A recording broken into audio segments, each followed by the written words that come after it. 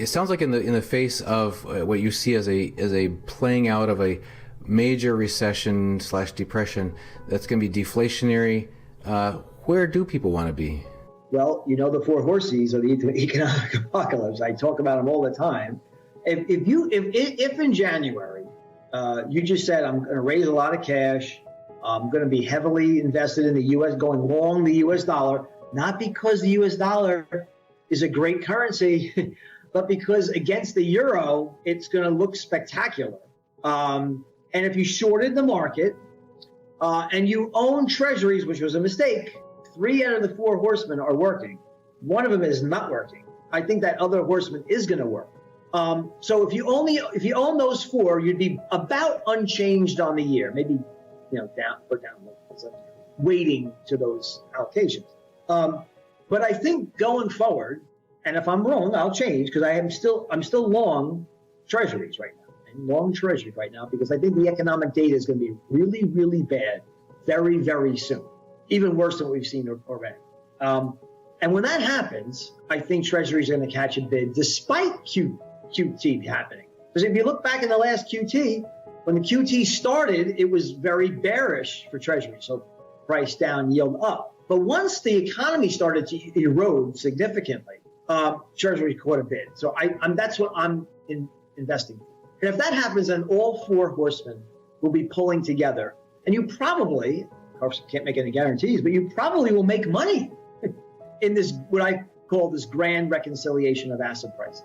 And even more importantly, or at least as importantly, you'll be wonderfully positioned for what I see on the other side of this, which is a protracted period of stagflation. Because I do assent to the idea that the Fed will indeed pivot. They will stop QT. They will cut interest rates, regrettably, and with much reticence. They will do so. But when you go back into some kind of reliquifying of the money markets, so soon after 9% inflation, you're just pretty much telling everybody, hey, the U.S. dollar is garbage. There is no protection against inflation. We are not going to ever defend the purchasing power of our bonds, of our interest payments on our sovereign debt. It's a very negative sign you're giving to the world, the global investors of the reserve holders of our currency and our bonds. So be very careful of the timing. The timing is, of course, difficult. That's why people are with me, because I have a pretty good history with the timing. But just this set it and forget it portfolio of, hey, the Fed's going to pivot, and who cares if you lose 50% of your portfolio? First of all, they never admit that there's going to be a bear market. And even when you're in a bear market, they tell you it's going to turn around imminently. And then they get you all excited, like in July, that the market's going to go to the moon, and we're going to new bull market has started. And you get these people who say that we're going to have a crack up boom or a melt up. It's all malarkey. It's all people trying to sell you things, gold, or they're trying to sell you newsletter. They're trying to sell you on their buy and hold strategy. Listen, like you said, starting this program, my number one goal is always just here's a pile of money. Where is it best going to be treated? And there are times I'm going to go, massively long the gold market. I was on your program about a year ago, and I did pretty well with it. But now I'm only 5% gold. I don't know if that was one of your questions coming up, but gold is going to be an absolute. I think gold is going to be one of the biggest winners coming out of this next flip from Powell. But in an environment where you have disinflation, right, which boosts up real interest rates, and nominal rates are rising still. They're kind of plateauing, but they're still, they're not falling yet. They will soon. So that's an increase in real interest rates, which is what gold hates the most. Okay, but there's going to be a time where the Fed's going to have to capitulate out of duress. Under duress, they'll capitulate. Start printing an enormous amount of money, push down on nominal yields while they're generating inflation, which is what? A fall in real interest rates. When you get that message from Powell, I don't think you're going to be able to buy, you're not going to be able to own enough gold fast enough. So it's all about timing, and that's what, God willing, I'll continue to have some kind of value add to provide my client. If you've been watching Ray Dalio recently, he continues to say cash is trash, no one should hold a bond, with bonds continuing to perform terribly, interest rates rising, meaning people are selling bonds, dollars being printed left and right by our government. Can metals become a safe haven for big money regardless of rising interest rate environment? Because holding bonds and dollars, you're holding a debt instrument. Okay, so there's some truth there and there's some fiction there. So that the government is not printing money left and right. And as I admit before, bonds have not worked yet. They just, listen, when you're wrong, you're wrong. I started owning them in March and April after I thought was the major implosion in bond prices. But it hasn't worked yet. So it's starting to give me a lot of inclinations that is starting to work. TLT which one of the ETFs that I own is clearly bottomed in my opinion. But the printing, again, disinflation, deflation, recession, depression are the times when you can make a pile of money in bonds, going long bonds. That's the history. Now, maybe this time is different. I don't know. Maybe it's different because QT is going to be at a record and maybe China's shedding, their reserves.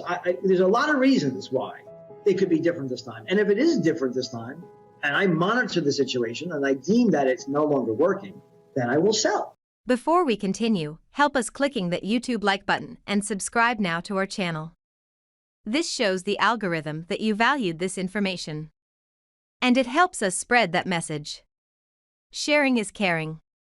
And now, let's continue. I have bad news for you. If you're not rich by now, you're screwed. And if you're in debt, you're even double screwed. How so, you might wonder? Well, the sad truth is that you're working your whole life to make someone else rich. The mega corporations, the banks, the politicians, everyone is getting richer. They get your money. And what is even worse, they get your time, they get your life. You are not even in a rat race. You're in a financial prison. But what could a solution for you look like? Honestly, I don't know, but I know what a solution for me would look like. It's very simple. I use whatever money I have and I multiply it with 1,000. This could make my life much easier and probably yours as well. If you have $1,000 available and multiply this with 1,000, I believe that this could solve some financial issue for the one or the other. Of course, if you're ugly, you would have to multiply it with much more than 1,000. My name is Marco Stan, and this is what I decided to do. I decided to 1000x my money. This is not a joke. I know what you may be thinking. What is this guy talking about? How should this work? This is not possible. Well, I made a detailed video where I laid out my plan. And some clever folks might even want to look at this plan and copy it and do exactly what I do. This is just a little hint on the side. You have two options. You leave, you forget what you have seen. You do whatever you're doing and you hope that somehow you get some other results. Good luck with that. Or you click the link below the video. You enter your email address because I'm not showing this to everybody. You at least watch my video on how I plan to 1000x my money. The choice is yours. Make the right choice. Join me. See what a different future you could have. See at least how I plan to do the 1000x. So click on the link below, enter your email address, and I see you on the other side. Your Marco Stan.